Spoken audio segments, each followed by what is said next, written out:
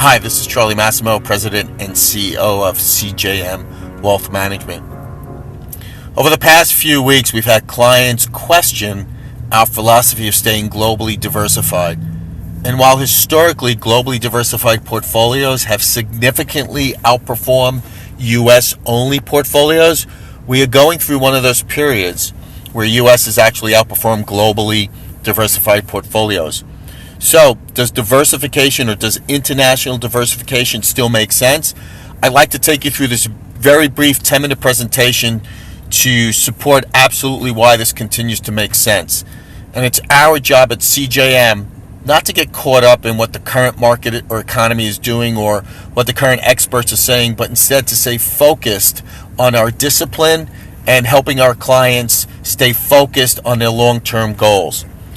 By coincidence, in yesterday, November 17th, Bloomberg, it featured an article from JP Morgan where they were telling investors to dump U.S. equities in favor of their European counterparts due to valuation. And while we are absolutely rebalancing our portfolios towards international emerging markets, by no means would we be telling our clients to dump all their U.S. equities. So again, our job is not to predict what will happen in the future or listen to the media or news, but to help our clients stick to their discipline. Also, in this weekend's New York Times, there was an article, The Folklore of Finance, Beliefs That Contribute to Investors' Failure.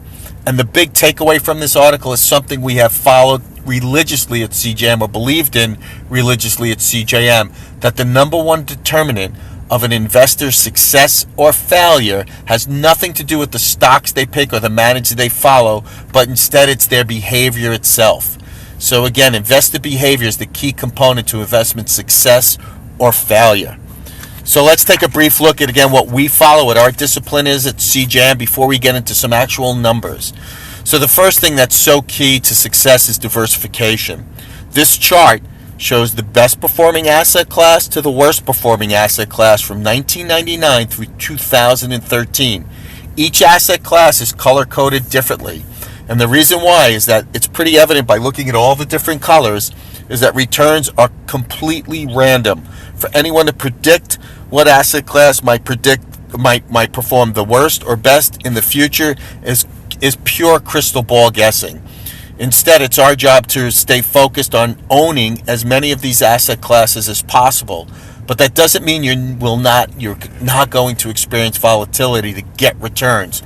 For example, from 1999 through 2013, small value and emerging markets were the best performing asset classes for that entire period, 12% and 11%.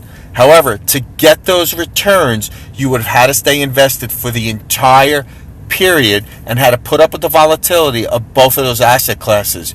You couldn't pick and choose when you wanted to be in or out of those asset classes to achieve those returns. The second part of our discipline is staying focused on country returns as well, or staying diversified amongst countries.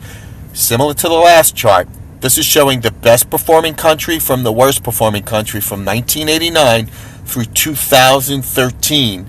And you'll see that the United States only performed, or was only the top performing country twice in 2011 and 2013. So if all you did in this time period was own U.S. stocks, you would have significantly underperformed the global market.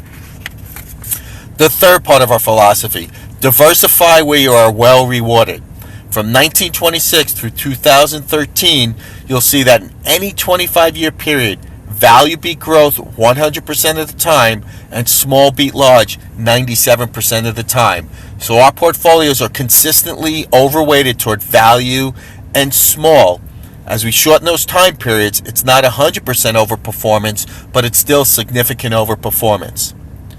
And as we look at the next chart, when we look on an annualized basis, small cap and value stocks have had more positive than negative 5-year periods relative to large cap and growth stocks.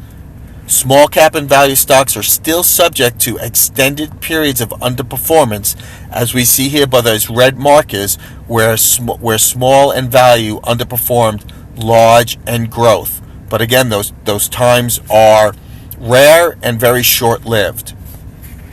So now let's take a look at how this has played out over the past 20 years or so.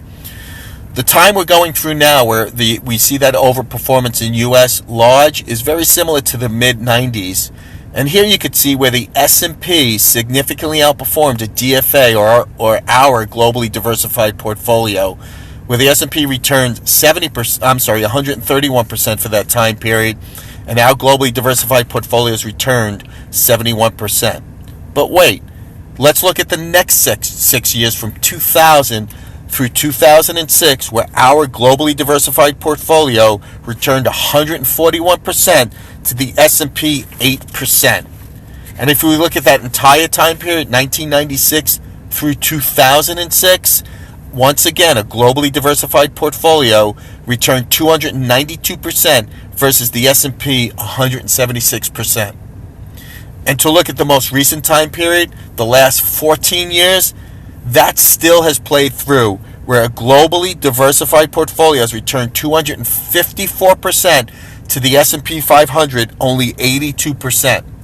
So while it's real easy now to say, why aren't we only in U.S. stocks?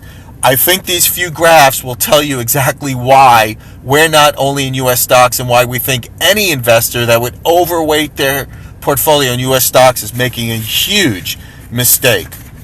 So again, we never know when a certain part of the market will perform well or poorly.